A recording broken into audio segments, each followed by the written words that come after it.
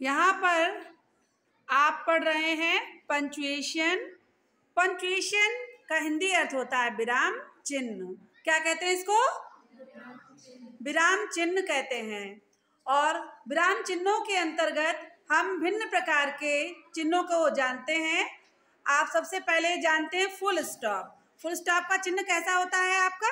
ये आपका मार्क है, ये फुल स्टॉप का है। और इसको कहाँ लगाते हैं? वाक्य के अंत में। कहाँ लगाते हैं?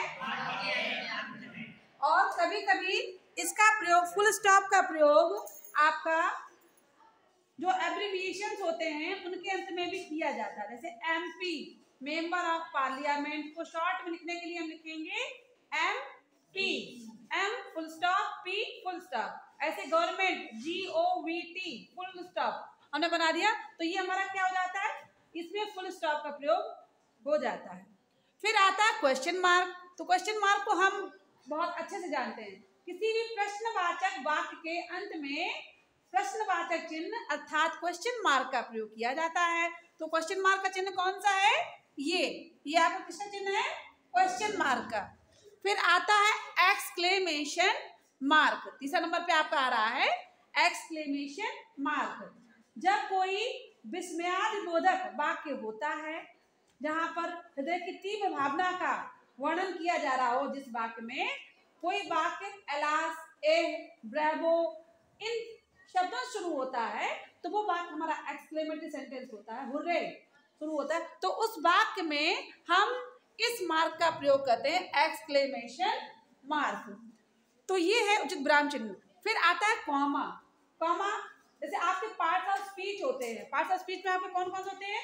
Noun, pronoun, verb, adverb. तो ये जब किसी वाक्य में एक से अधिक दिए होते हैं, जैसे नाउन दिया गया हो, जैसे राम, मोहन एंड सोहन, तो राम, कॉमा, मोहन एंड सोहन लिखा जाएगा। जैसे he works neatly, definitely and sweetly है। तो इन एडवर्ब को अलग करने के लिए हमने कॉमा का प्रयोग किया। तो पार्ट्स ऑफ स्पीच को अलग करने के लिए हम लोग कॉमा का प्रयोग स्पेशल रूप से करते हैं। अब आता है सेमी कॉलन, जो आपका नेक्स्ट नंबर पे है, 5 नंबर पे। वो आपका क्या है? Semi colon. सेमी कॉलन का चिन्ह कौन सा होता है? ये। तो सेमी कॉलन में बच्चों यूज करते हैं, जैसे आपके दो या दो से अधिक वाक्य, कोई वाक्य होता है, वाक्य को हम बंद नहीं करना चाहते हैं, किसी अन्य वाक्य से उसको जो हम जोड़ रहे हैं, तो दो वाक्यों को अलग करने के लिए, दो या दो से अधिक वाक्य को अलग करने के लिए हम सेमी कॉलन का प्रयोग करते हैं। तो आपका सेमी कॉलन कौन सा है? कॉमा के ऊपर जो हल्का सा पॉइंट रखा होता है, ये सेमी कॉलन का चिन्ह होता है। फिर आता है कोटेशन मार्क, जिसको हम इन्वर्टेड कॉमास भी कहते हैं। तो कोटेशन मार्क्स आपके कौन से होते हैं? ये। जैसे हम कहें honesty is the best policy, तो ये हमारा क्या है? एक कोटेशन है। तो कोटेशन को जब स्टार्ट करने से पहले हम इन्वर्टेड कॉमा को स्टार्ट करेंगे, फिर अपना पूरा कोटेशन अंत करेंगे, फुल स्टॉप लगाएंगे, फिर हम यहाँ से इन्वर्टेड कॉमा को बंद कर देते हैं। तो इनको कोटेशन मार्क कहते हैं। अब मोस्ट इंपॉर्टेंट पंक्चुएशन के अंतर्गत आता है आपका कैपिटल लेटर्स का प्रयोग। क्या आता है बच्चों?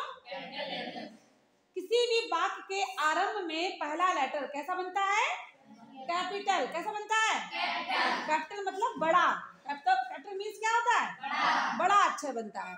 तो आप लोग बड़ा अक्षर बनाए। जैसे बड़ा, जैसे हमने लिखा राम, तो राम में आर राम का बड़ा होगा। हमने कहा ही रीड्स अ बुक, तो ही का पहला लेटर बड़ा होगा। किसी व्यक्ति का नेम हो तो वहां पर कैपिटल लेटर का प्रयोग किया जाता है। किसी नदी का नाम हो तो कैपिटल लेटर से स्टार्ट होता है। किसी किताब का नाम हो तो कैपिटल लेटर का प्रयोग किया जाएगा। ठीक है। तो किसी भी प्रॉपर नाउन का नाम हो, जैसे किसी माउंटेन का नेम है, किसी भी चीज का नाम है, तो जैसे किसी सिटी का नेम है, तो सारे वर्ड किससे शुरू होते हैं? कैपिटल लेटर से। तो ये पंक्चुएशन के अंतर्गत अर्थात उचित विराम चिन्हों का प्रयोग जानना बहुत आवश्यक है ग्रामर को शुद्ध रूप से लिखने के लिए। और इसी प्रकार की पढ़ाई करने के लिए आप चैनल से जुड़ जाएं।